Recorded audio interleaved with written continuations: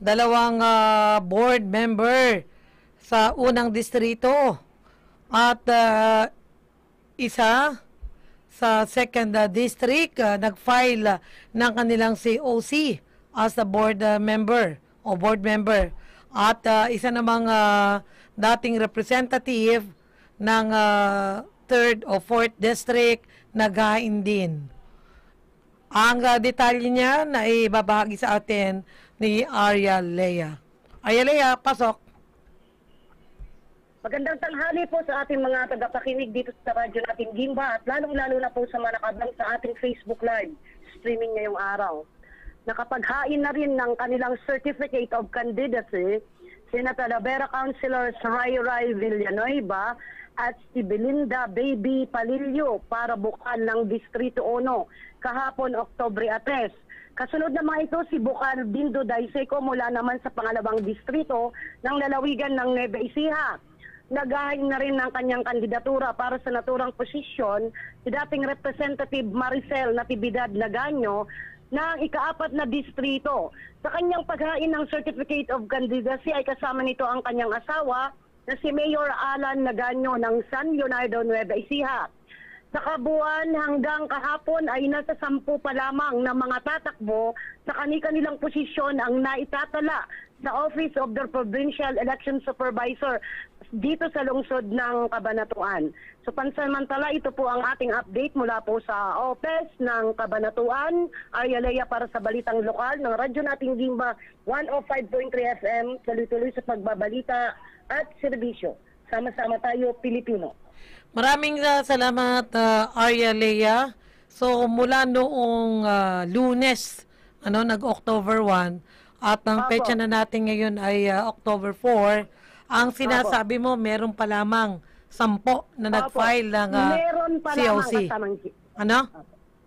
Meron pa lamang 10. Oo, 10. Kaya nga, 10 pa lang. Apo.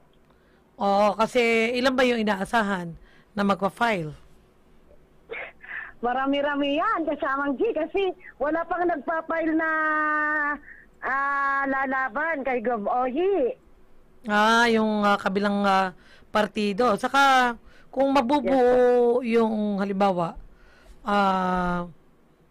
kaagad na yun kaagad na yung sa sa board member, 'di ba? Kung 4 na distrito, sa tigta 3, di 12 na yon. Apo. Oo, 4 pa lang yun nagpa-file, sabi mo. 4 pa lang, kasamang G, 4 pa lang. Oo, 4, kasama na si Ilagan. Yung nauna. Yes po, si J. Ilagan III. Tapos, ano pa ba, Vice Governor, ay di dalawa lang yan. Isa pa lang.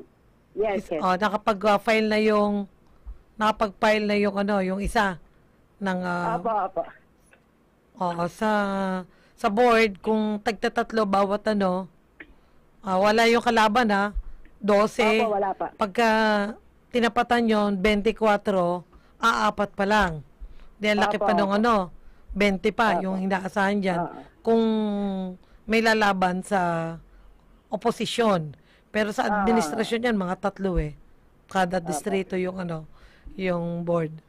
So, inaasahan natin na dadagsa ang magpa-file kasamang simula bukas hanggang sa linggo. Bukas, Biyernes na tayo ngayon, Sabado. Tapos, Sabado, yes. Oo, Sabado na bukas. Sabagay, hanggang Martes pa naman yan. Hanggang Martes pa naman. May balita tayo bukas ng dagsaan. Sa district representative, isa pa lang, Isa pa lang. Meron tayong 4 na distrito.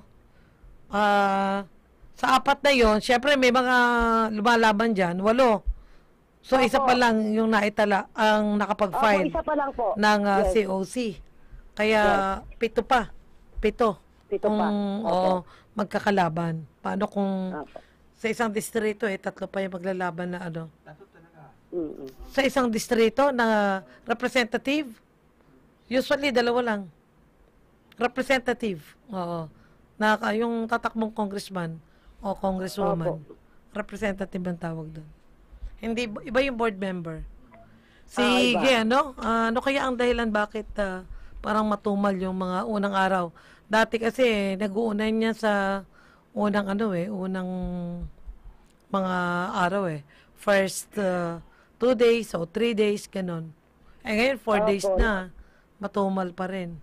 Bubulagaan na lang daw kasamang G kasi nung unang araw, sa Kabanatuan nga kasamang G hanggang pangalawa, wala ring nag-file para sa mayor ng Kabanatuan. Wala pa rin.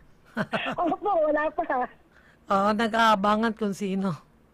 Opo, nag-aabangan. Sige, surprise. Pero dito naman, yes. So kaya yan po ang ating aabangan bukas. Simula bukas hanggang linggo hanggang sa Martes, dyan po tayo mag-aabang dahil dyan ang magandang panoorin at ma-coverage kasi sabay-sabay. Ganun ba? O sige, basta ikaw nakatuto ka sa Comelec Provincial, no? Opo. Okay, sige. Maraming salamat, Arya Lea. Yes po, maraming salamat din po. Radyo natin.